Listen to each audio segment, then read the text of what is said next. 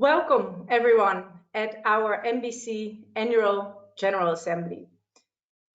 Although we have been able to organize face-to-face events again the last couple of months, we did decide to host this General Assembly online in order to give also our overseas members or members that are traveling the opportunity to join this important event.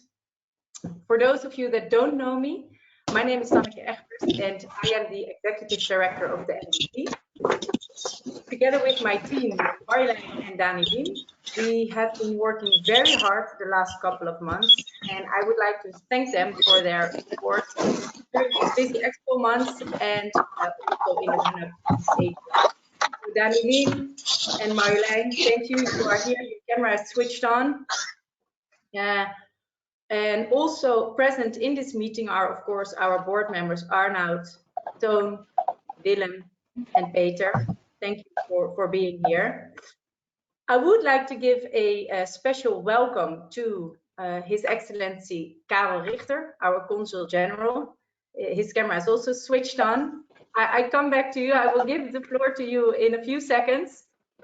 I would also like to welcome Alia Hamidi from the Dubai Chamber. Thank you for your valuable time. We highly appreciate your attendance. Before I give the floor to Karel for some welcome words, I would like to share some practical information.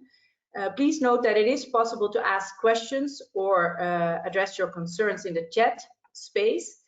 I see the option on the right side of my screen. I hope you are also able to see it. At the end of the AGM, we will do our best to answer all questions. If we don't have enough time, we will get back to your questions after the during the presentation, we will ask you to vote for the financial and for the new proposed board.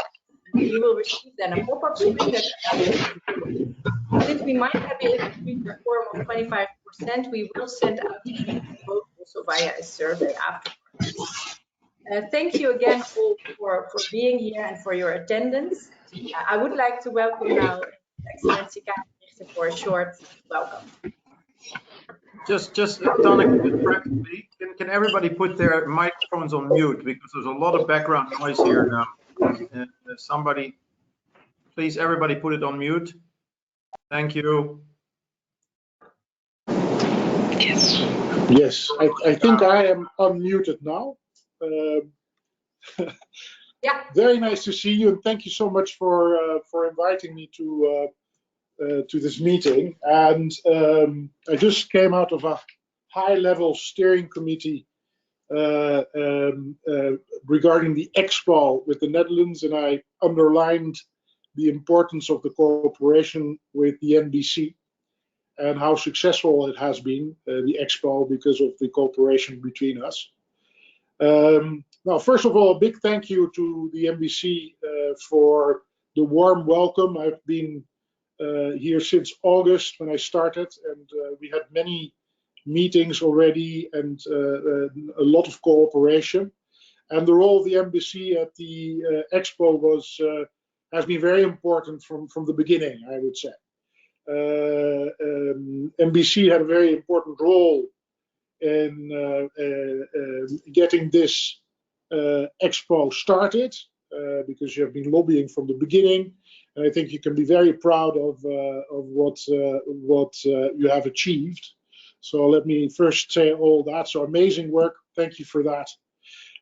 During the Expo, we've been working together very closely on, for instance, a couple of events. We have obviously had the monthly network meetings at the pavilion, but you also were very crucial when it came to the trade missions.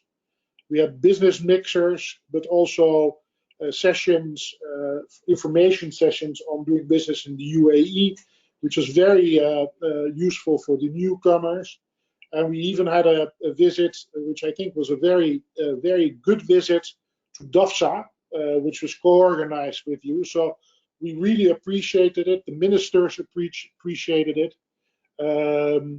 I also had, I think, which was a very nice event and something, a tradition that I would like to keep on doing, is the annual plan review together with you. And probably we'll do that maybe twice per year in order to debrief on what we have done as a consulate and embassy here in the UAE, but also to front load on new ideas so we can incorporate them in our annual plans. So I appreciate that very much. I'm really looking forward to the coming years working together on these kind of initiatives. We are currently, as a team, looking at our Expo legacy, with many opportunities for companies, both locally and from the Netherlands, to set up and grow businesses in the Gulf and the UAE. We have a very large list of results from different meetings or contracts that have been signed or MOUs that have been signed, which we are now as a team looking at and see which one are evidently in need of our support as a government. And once we have a little bit of that overview, we will definitely also come and consult you in order to see how we can cooperate on all this magnitude of different follow-up activities. I have also promised to other ministries back in The Hague to do the same thing, also with VNO, NCW, and RVO, and other stakeholders. So what we want to do is that the whole follow-up of the Expo is done in a participative manner, and that we do it together. So we're aiming to conclude a kind of master plan by the end of May. So then you also know a little bit what the deadline is for us.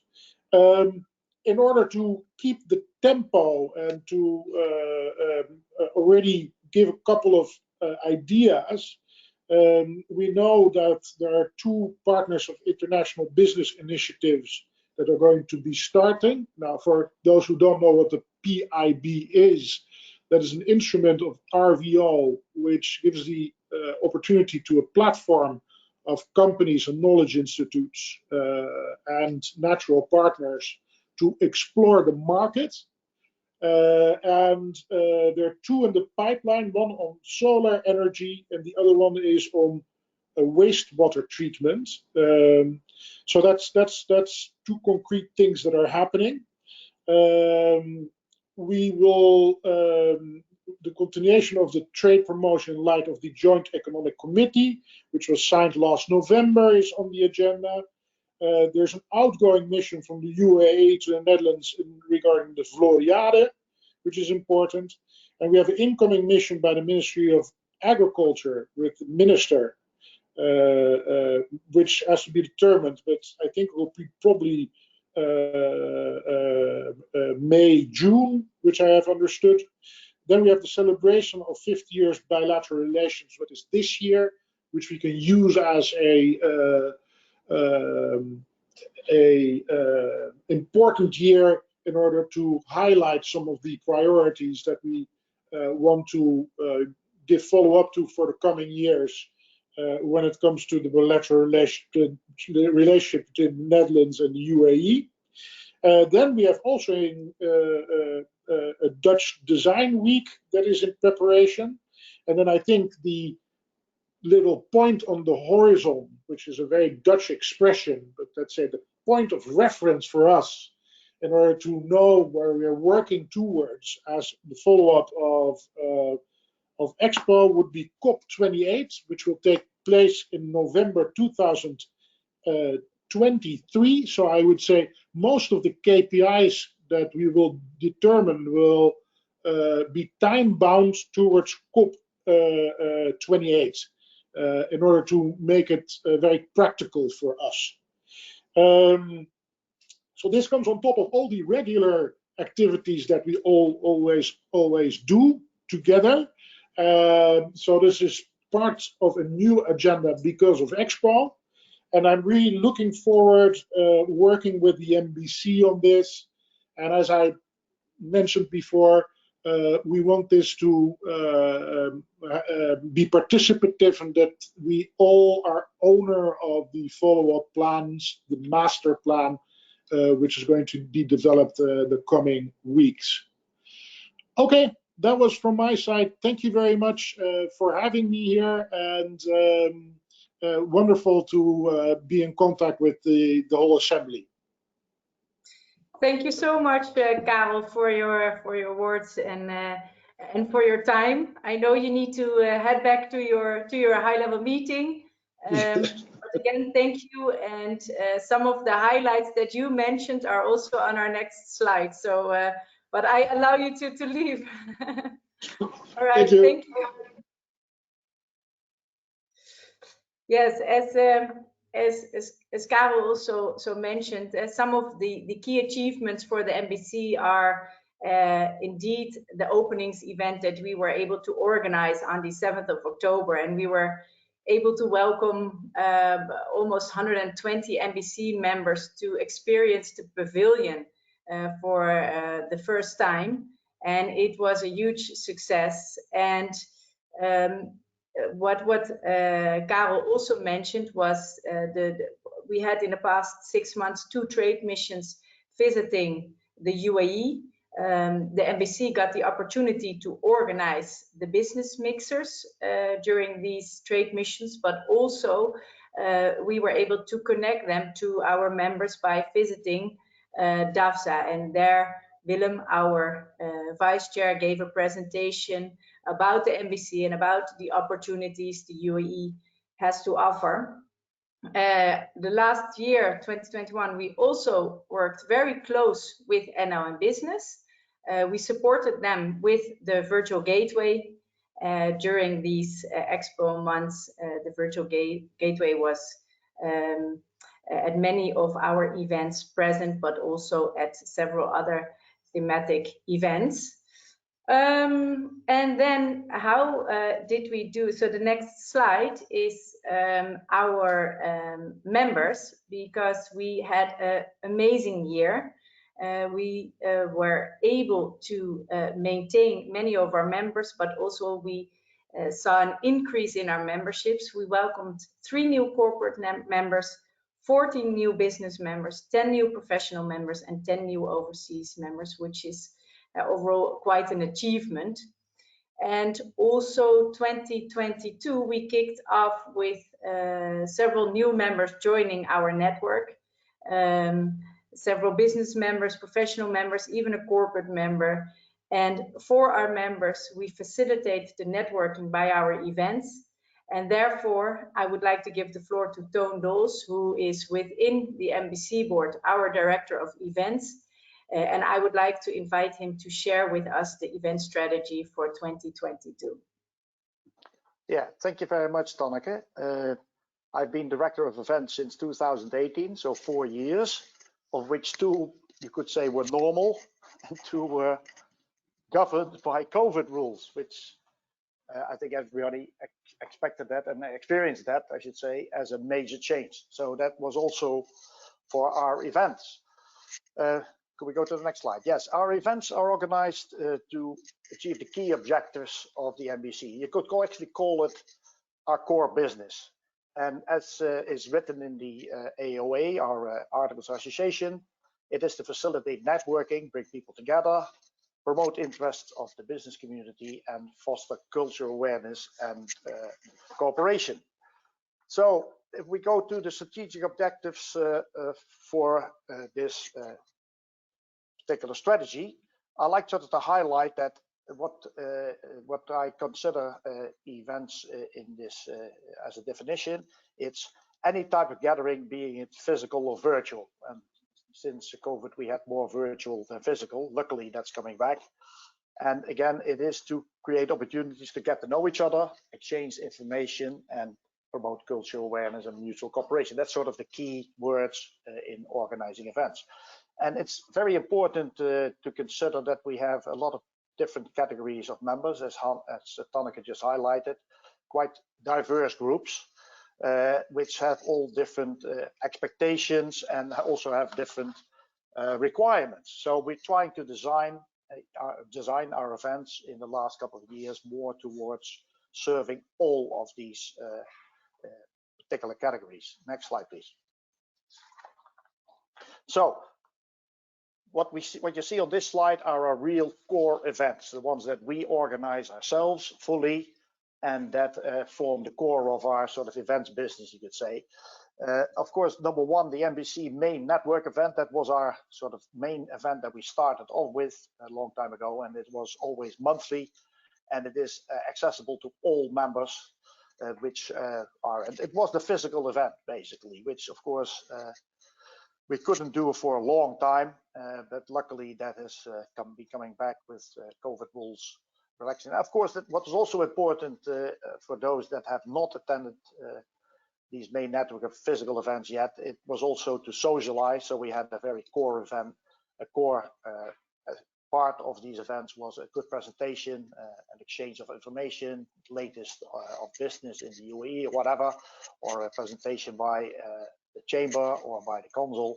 And then always afterwards, we had the chance to socialize in drinks after the main event. Now, the Business Over Breakfast event basically is more of a morning event, as I said, and it was more like a discussion forum, short presentation, a lot of question and answers, a lot of interaction. And COVID has sort of railroaded that monthly event, but it has been coming back successfully already for 2 times now. And then we had the behind the scenes event where we would be able to visit the operations of a member or another local company and get to know sort of from close by what is happening behind the scenes. Next slide, please. Then we have events, we organize events specifically targeted at a certain member category. And one, of course, is focused at the corporate members, and it is a corporate roundtable. And for those that want to understand what it means, it was discussing political, economical, legal, and other relevant aspects of that the corporate members face. And the Consul General has always actively participated in those meetings. Then I think about 4 years ago, we felt that we should start a roundtable for entrepreneurs, because of course there's a lot of people here that started a long time ago. We actually had in our first meeting somebody who had started 40 years ago here, and another person 35 years ago. And the key objective of those roundtables are to exchange information, how to learn from each other, basically. It's been very successful.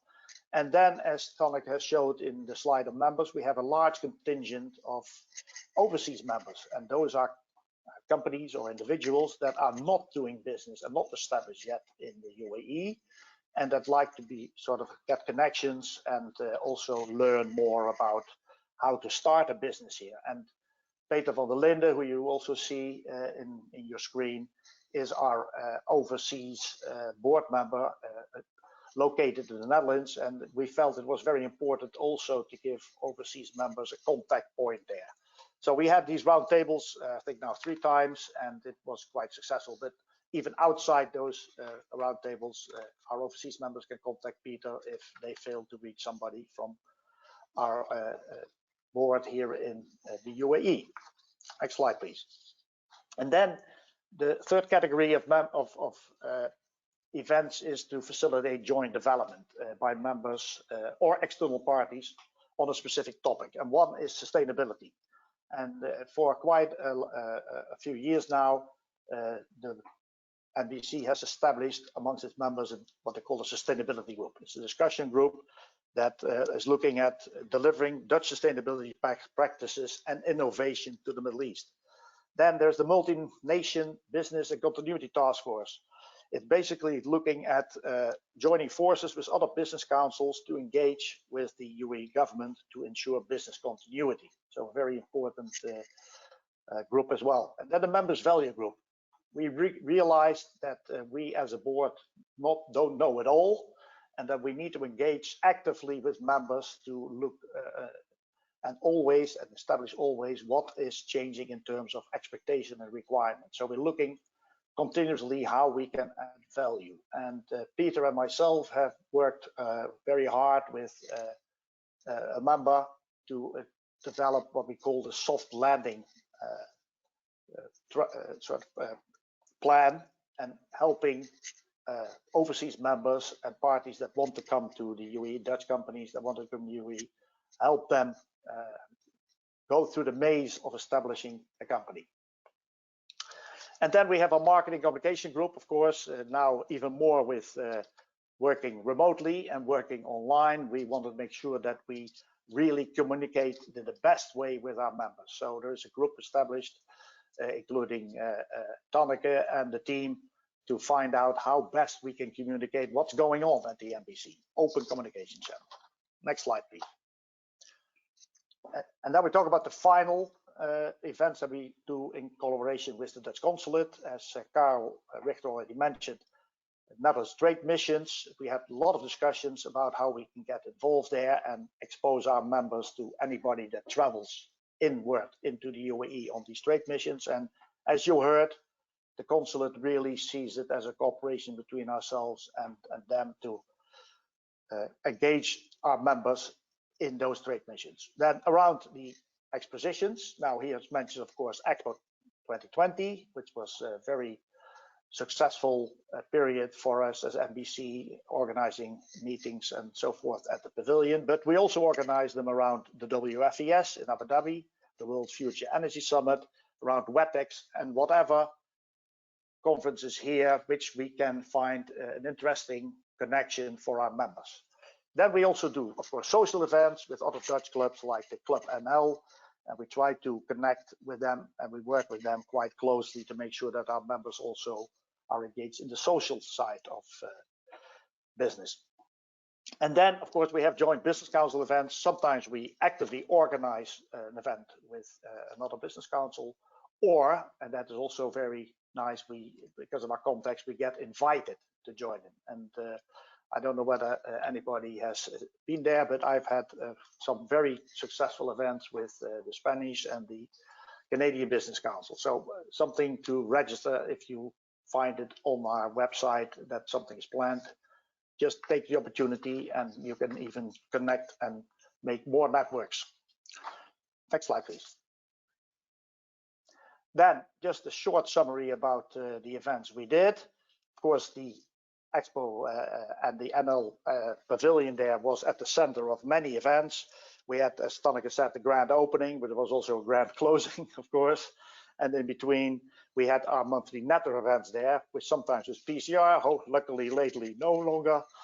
And of course, other events that were held were around the breakfast, trade missions, inter-council events. So overall, you see some of the stats here, and as you can see already, there's a quite large contingent was online, not physical, but virtual. And that concludes me to the last slide that I have in terms of our plans for the coming period. Oh yeah, just a very nice picture about all the events we had. Thank you. And then what is our plans for the coming period? As you have seen, we have quite an extensive portfolio of events. We try to find out, of course, continuously what our members are looking for, and maybe we add an event, or even if we want to change the format of an event, we like always to have the feedback of our members. But we certainly hope that we can have more physical events as we used to have in the first 2 years of my stay here in the board. So that is really one of the key focuses that we hope to have. But also virtual events have become a very good alternative. And we found that in some of the webinars we organized with participation from the UAE government. We had a very successful food security webinar with the minister at the time, where we could expose all the bouwers, all the constructors of glass houses in the Netherlands and so forth, which were very successful. So we certainly think that virtual events, webinars will continue to be a component, even though physical events are key to press the flesh and really make a network connection, we could say. And then, of course, our work groups are under continuous review, because we want to make sure that they stay relevant and that they connect our members with what they really are looking for. And actually, that leads me to the next subject. We have Sumit talking about the Dutch Sustainability Group. Sumit, can I give the word to you? Yes, thank you very much. You can see me and hear me, right? Okay, great. Thank you. So good afternoon, everyone. I'm here to give you a brief introduction to the Dutch Sustainability Group on behalf of many of our members. My name is Sumit. I'm the Managing Director for Friesland Campina in the region.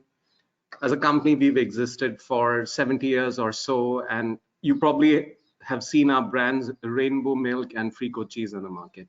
But here today, I'm talking on behalf of all of these members that you see on the screen. And basically, the Dutch, and of course, why we are here to present ourselves is that from this year, we will be operating under the Netherlands Business Council, and therefore it's good for you to get a brief intro into who we are and what kind of things does this group do. So the idea of a Dutch Sustainability Group came up sometime back in 2019. We were talking about what kind of value addition we can do to the region, and then we found a bunch of companies that you just saw on the screen who said, look, the Netherlands is really top notch in our sustainability knowledge and capability, and we are quite happy to bring this know-how to the Middle East region, and we needed to find a way to sort of do it all together. So then formally the Dutch Sustainability Group was born early 2020 in Abu Dhabi, as you see in this picture. We started to operate and started to come together as a group to try to see what we could bring to the region. If you go one slide down, please. One of the things that we faced is when you looked at the mix of companies, we are quite a diverse mix and have companies that operate in very, very different industries. And therefore, the first need was to try to find some common areas of working together. And therefore, with a good mapping exercise that was done early on, we identified that these are the sustainable development goals that we will go after, and we could organize our efforts behind these goals. And the three goals were climate action, circular economy, and energy transition. And basically we said that we are going to deliver sustainability related innovation to the Middle East region. And since then, through the three activities of the group, we've tried to bring some of these capabilities together. I give you the example of an event on the next slide that we organized actually at the Expo last year. This was in October, the Knowledge Series, where we brought some companies who are delivering some such know-how together along with the Ministry of Climate Change and Environment to have a panel discussion, and there were some outcomes coming out of that. We also realized that, you know, we needed to operate with a little bit more structure than what we were doing before and take the group to the next level. And that is when the idea came up to start to operate under the Netherlands Business Council, which is why we are here. So this year onwards, we will be operating under the NBC. If you could go a slide down, please. We also try to put a bit more structure and governance to the group. So our chairperson will be Stephanie, who I think many of you would be familiar with, and there will be a new leadership team that will operate under Stephanie. We will retain the three working groups as I just showed, and we expect that with this new structure and governance, we will be able to drive more concrete projects and campaigns that we have been able to do so far. So that's a brief overview into who we are and what we intend to do and how we will operate. And of course, as more of the activities keep happening and as we have the new strategy, we will of course be very happy to share with you. I think that's it from me. Thank you very much. Thank you so much, Thank you. Sumit. Thank you so much. Then I would like to continue with the approval for the 2021 financial accounts and the budget for 2022, and therefore I will give the floor to Willem. Thank you, Tanneke. Yeah, welcome everyone.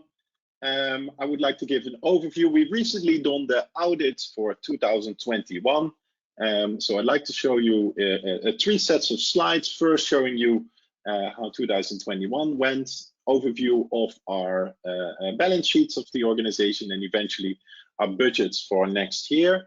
If anyone has any questions, feel free to type it in, then I will answer them after the short presentation. So if I can see the next slide, please. So here you see on the right what was realized in 2021. When I gave the presentation about a year ago, we actually as a board, we actually budgeted that we had to pull a little bit out of our reserves, since the outlook was not that great going into 2021. But basically because of the great work also from the team in growing the network, in also chasing collections, and the whole managing the expenses of the organization, we actually ended up quite with a positive net result, which was in a way unexpected. So we ended up with a net result of 93,000 dirhams, which will be added to the reserves. So what I show you here also what we have realized in the last 3 years. So the Netherlands Business Council has got a grant from NLN Business.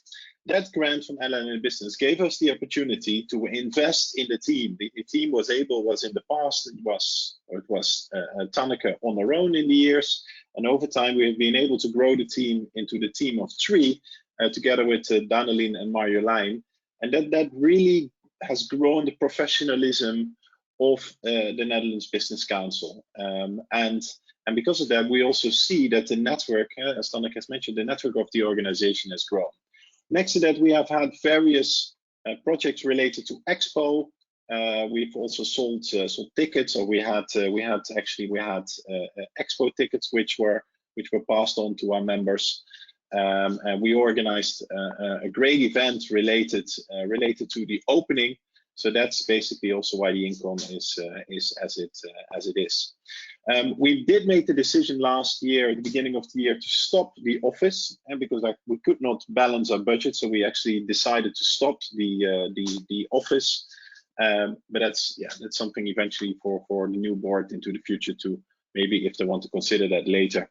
And also what you see this year is that the cost of events has been went down. So since several of the events were, especially in the beginning of 21, were switched into virtual from being physical. And so eventually in the years to come, the cost of events will eventually go up again, but that we will see in a bit with the budget. So if I can go to the next slide, please. So here you see our finances. So eventually, as the Netherlands Business Council, we always had a target to have roughly 1 year on as a budget in reserves. So it's currently that eventually went up. We're slightly above, like 20% above that. So our total reserves are currently on the 487,000 dirhams. Also on the receivables, great work has been done. We even had last year, we had one of our associate members who we actually thought that they would stop with the embassy, eventually also chose to continue and paid even some backwards outstanding, which you already had written off. So great work has been done on that job. Then eventually, next slide. So eventually, the Netherlands Business Council, we have a significant element of our expenses goes into payroll. And what we see is the organization as it is right now, with a membership income of roughly 400,000, it's very sustainable. So we actually can be sustainable without grants of NLN Business. It's something we work towards, and I think that's a very, very good job from everyone. And the strength of the network organization sits with the people in there. So if we can keep the network up to this level, and the number of people in terms of professional, SMEs, corporations, associations, overseas, we will have a solid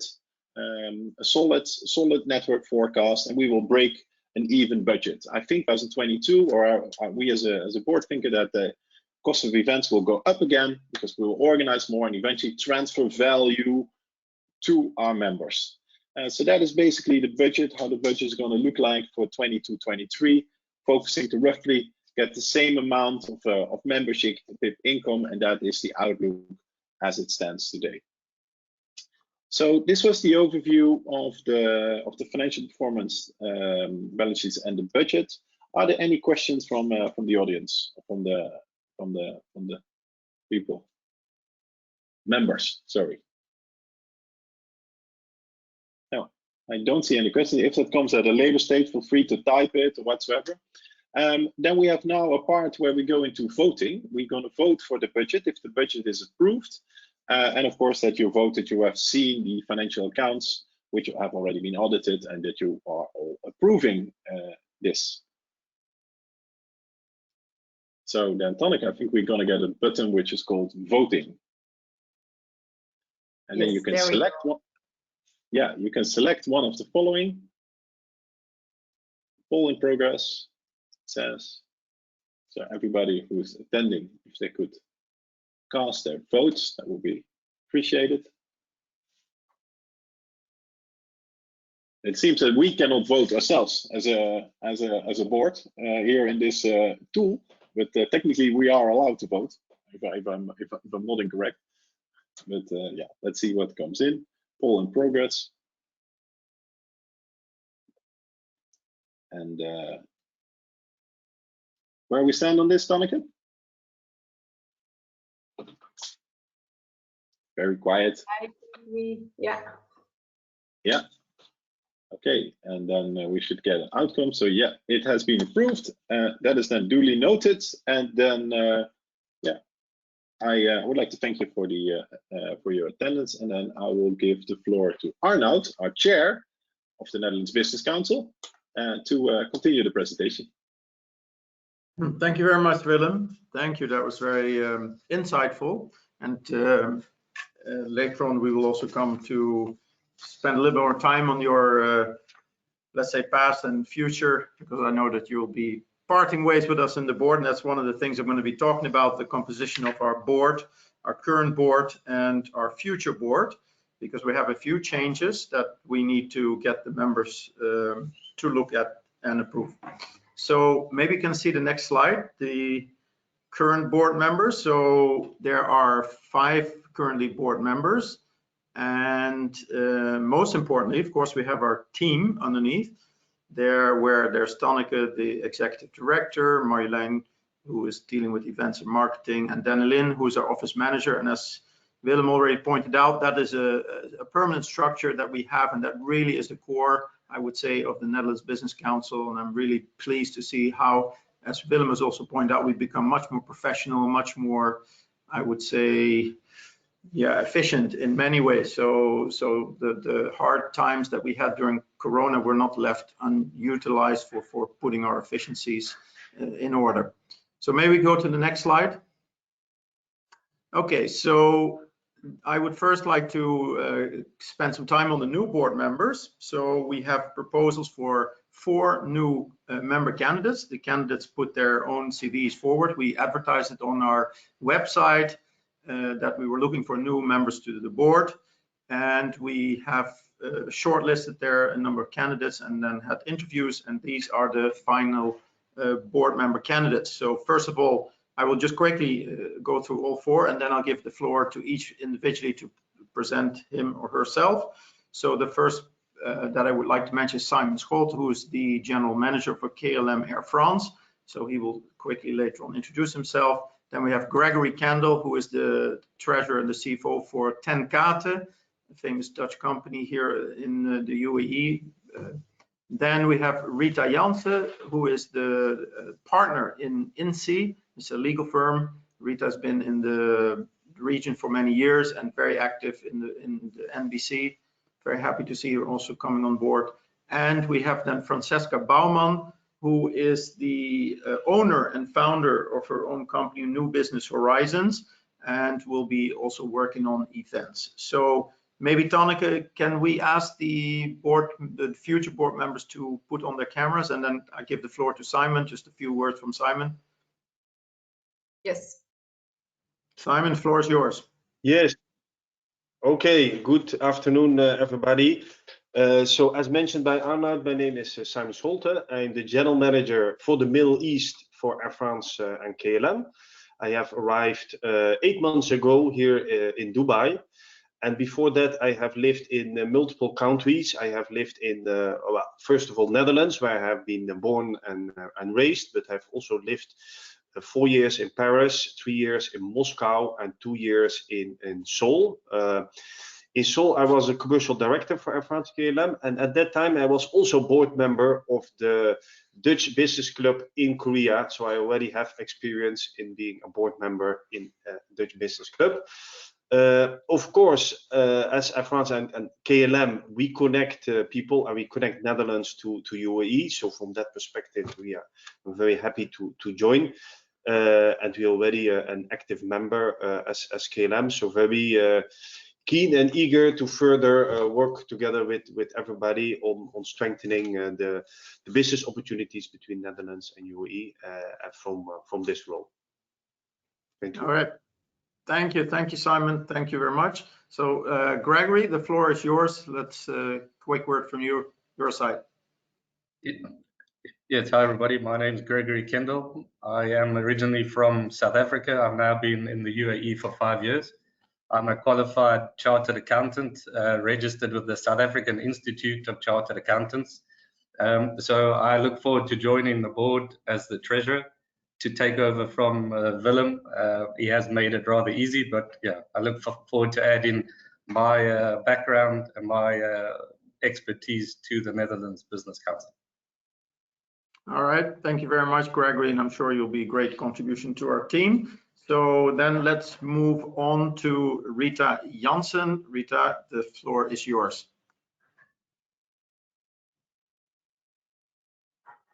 Rita, we cannot hear you. Maybe you unmute. Yeah. Sorry. Thank you, Arnold. I'm a lawyer by profession, and since everyone is talking about their background, I'll say a little bit about mine.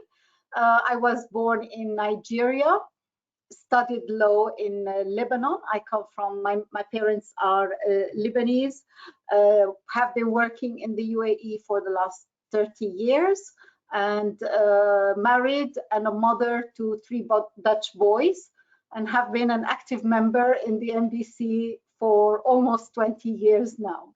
So what do?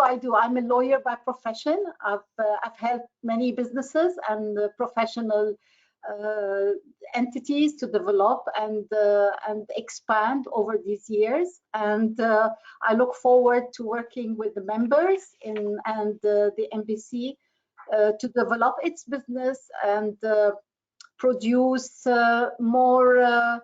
more interaction and, as Simon said, connectivity among the members and among third parties, in the hope that all this will fall into the benefit and develop the business between the members and third parties. Okay, thank you very much, Rita, for that introduction, and I'm sure you'll be a great contributor to the board, especially with your legal background and your extensive experience in the UAE. Very happy to see that you put yourself forward as a candidate. Let's move on to the next person, Francesca Baumann, founder of New Business Horizons, and the floor is yours, Francesca.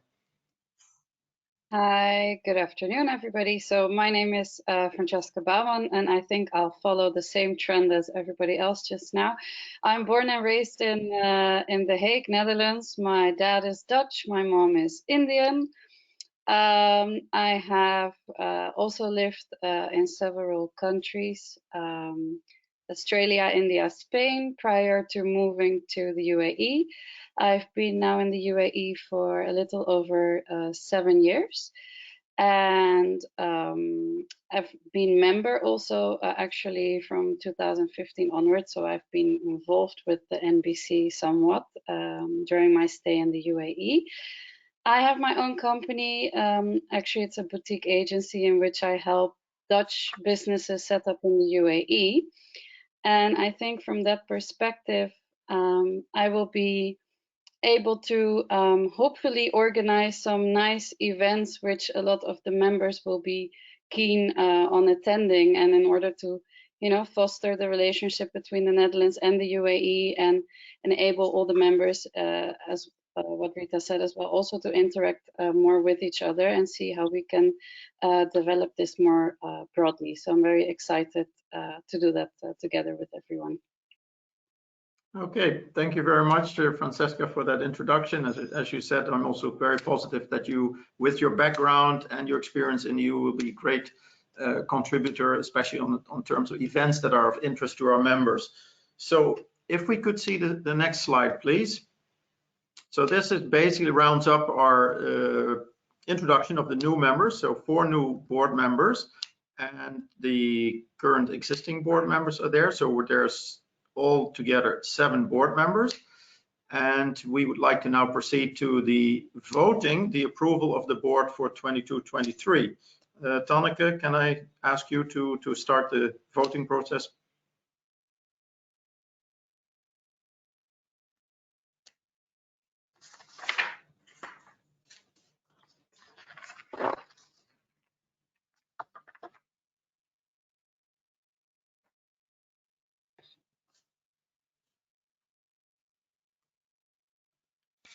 Okay.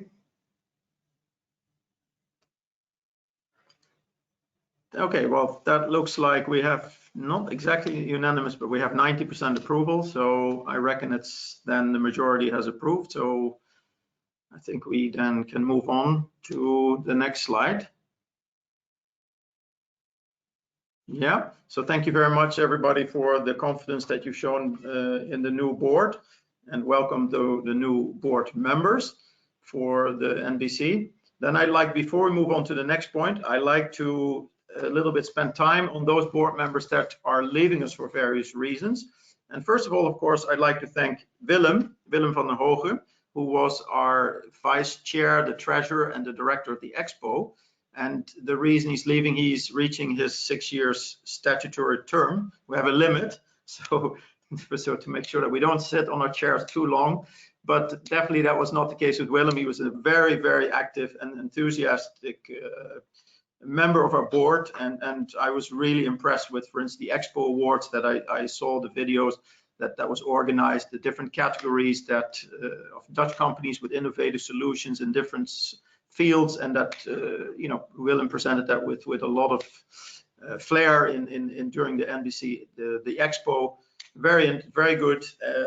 As already mentioned, he's been a very prudent financial manager during the Corona crisis, where we saw quite a reduction of members, but by astute financial management, with support of the Netherlands in Business, by closing down our office, so various things that were implemented by Willem, we managed to basically come out positive. So thank you very much, Willem, it's much appreciated. And also the fact that you were acting chair on various events that I could not attend due to family reasons. So yes, it's been great working with you. Thank you very much on behalf of all the members, on behalf of the board. And of course, we hope to see you on the next NBC events. I know you're going to be still here in Dubai, building your business, and we look forward to continue our collaboration and once in a while pick your brain for any things that we need to use your experience for. So thank you for that. And then I'd like to have this, so the slide, as you can see, a few of the events that Willem chaired with KLM, the Expo Award. So yeah, it was a great, I think, tenure for you, Willem. So thank you very much once more. Then there's one more board member that I need to thank. That is Anissa Abu. Anissa Abu, unfortunately, could not attend this event. That probably has to do with the fact that she is leaving Dubai, as I understand, for a new regional position. She's currently working in Signify, the Dutch company that's lighting experts, and she is the general manager there. Anissa was a great moderator. She's moderated various seminars, webinars on food security, which of course has to do with her company, which provides lighting for growing agriculture products in various settings. They have very good projects also here in the UAE. Also, Anissa has been on the Expo moderating a sustainable construction event. It was very interesting. Again, we'll miss her dearly for that. She had always great input in our meetings, good insights, good, I think a good manager. So thank you, Anissa. I don't know if this recording will come to you, but thank you on behalf of all the board members and the members for your energy and your positive contributions. Okay, that will then lead us to the next slide, and that is questions and comments. So if anybody has any questions or comments, Tanneke, have you seen anything that we need to deal with now? Yes, there is one question from Giovanni, one of our members. His question is, are there enough members present to actually vote for the financials and the board? Please see articles of association is what he's saying. And the reason is why we are hosting it online is to give everybody the opportunity to join this General Assembly. And also we will share a survey after the General Assembly in which members still get the opportunity that attended this meeting to vote for the financials and the board again. So Tanneke, that's good. So what's the answer then to the question? Do we have enough members to vote now? At the moment for this meeting, no, because we need to have, our quorum is 25%, which basically means we need to have 38 members present. We are now with a group of 24 in this General Assembly. And that 24 includes the current board members. That's everybody. Yes. Yeah. Okay.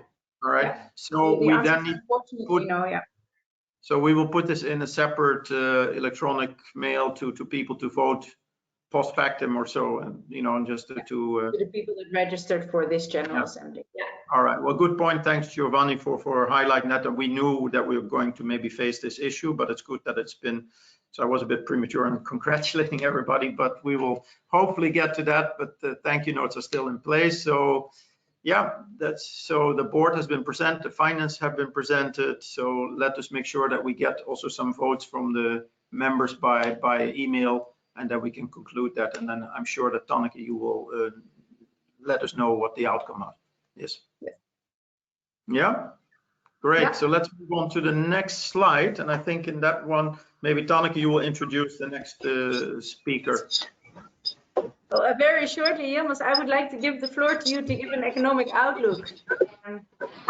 Great, good. Very thankful that you're here. Great, thanks, Anneke, and apologies for the background noise. I was just trying to get used to the system, having used Teams much more. And if you get to see something in the background, don't get scared. Again, thanks for your time. Thanks for having me. As Anneke mentioned, my name is Yilmaz Doğan. I'm working at ING Bank Dubai branch, and today I'll be taking 5 to 10 minutes of your valuable time. In case you may have any questions, please save them for the end of the presentation or through the chat that you can have it sent through the MBC colleagues, and after the presentation I'll try to answer these. If Mariam, you move to the next slide. The next slide, you will see an overview of the agenda today, a short introduction to ING Middle East, and then followed by an overview on the global economy and the 3 scenarios on energy prices and the global economy that is actually been published also on our website, and also, of course, the most important, the economic impact that has on GCC. And short introduction before I jump into the global economy on ING. ING has been in the region for more than 40 years in different forms and shapes and places. And since 2007, we have been actually located in the IFC. Given our license, we are more of a rep office and we do not have any operation capacity. Our coverage is mostly on the wholesale banking clients, and which means the financial institutions, the banks, non-bank FIs, sovereign wealth funds, and large corporates, which are mainly government-owned entities. Moving to the next slide, a short introduction to what's happening globally.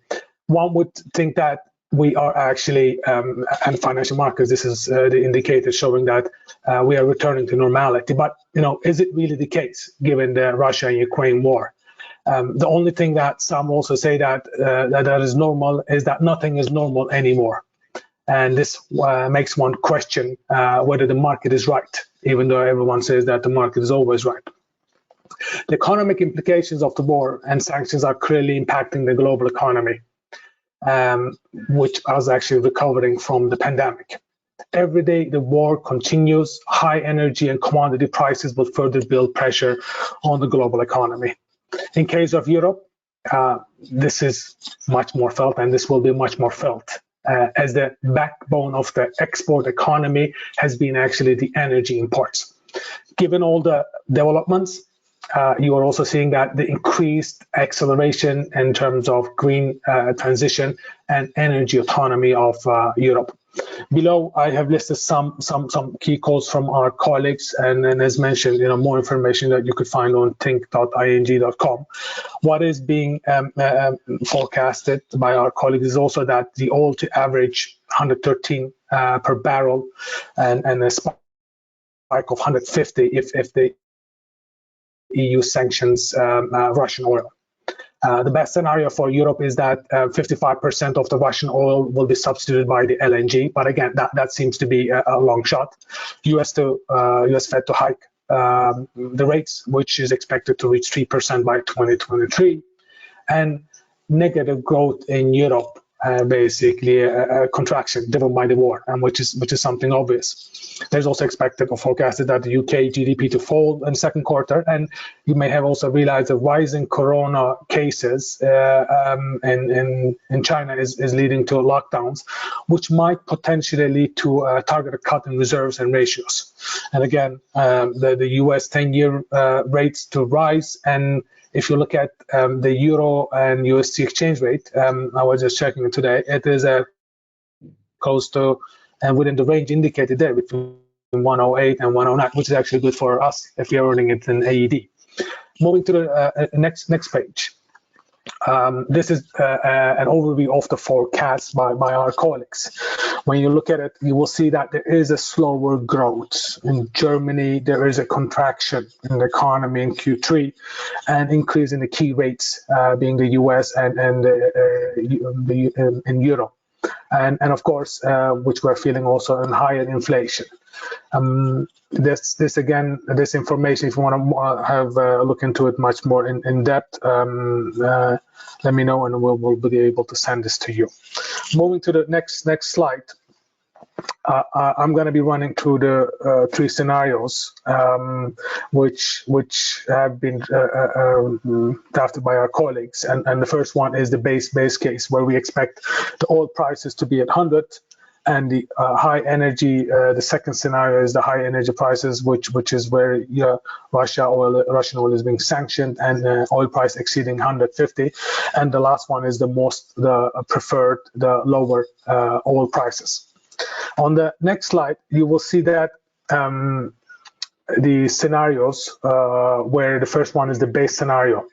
In this base scenario, the current sanction remains in place, and Russian oil and gas flows at the same rate, but again, the prices continue to be higher.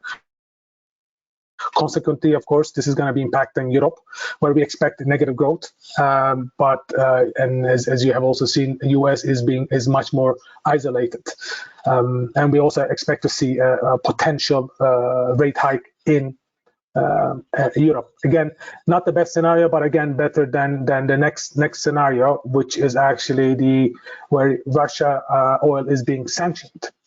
Or the more sanctions, where the oil is hitting and exceeding $150, and this will be the worst impact on overall European economy. Much more high inflation, increasing unemployment, and margin pressure, or impacting the overall economy. And euro further depreciating to 105 against dollar. The next scenario, again, is the most preferred one, where there is actually de-escalation of the war and the preferred soft landing. The hope is there that the Dutch and the Norwegian gas supply increasing, which is expected, hopefully, if it happens, that it's going to be easing the negative impact on the overall economy. Looking at all of the scenarios, it's not the best, but one would say that which one is better. But again, it seems that we will continue to be facing the higher inflation, and Europe again will be negatively impacted, depending, of course, what actions are being taken. And the next slide, moving next one, Mayolan, if you can. Next one is this slide is moving to the next one, being how this overall developments is impacting our region where we are, the GCC. It is clear what's happening in Europe, but again, the GCC economy has not been that significantly impacted. But again, looking at the numbers on the corona cases, the numbers have been decreasing, and this is also driven by the number of tests, as it's the case in most of the European countries and globally. The numbers have been decreasing. Economies have been opening up at a closer pace when compared to European economies. And the number of cases, it has been high, but again, it has been much more lower when you add up to, for example, the Netherlands, where it was at one point actually 8 million, and GCC is only at 3 million. Even the death rate is much lower.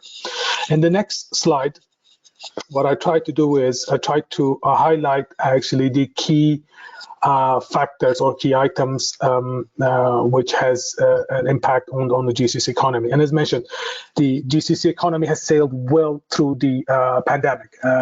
The government has played a crucial role where they have taken the respective precautions swiftly, and the restrictions were implemented on time, enabling actually the opening up of the economies. And when it comes to Russia and Ukraine, the GCC region had limited direct exposure. Therefore, the impact is expected to be limited. However, the only one of the negative impacts would be actually the number of tourists, where if you add up the Eastern European countries also, 15% of tourists to Dubai was from these countries. So there is going to be expected decrease in the number of tourists to Dubai, but knowing Dubai will be actually also able to overcome this, as they have done that previously. And the increasing oil prices, the region is benefiting, and one would have expected that the oil prices to go down. But again, this is not the case, as the oil price is not just driven by the number or the amount of oil that the region has, but of course the raw materials that are being used, and this has been impacted by the inflation. And we have seen this actually in our petrol prices that has, in some cases, has doubled.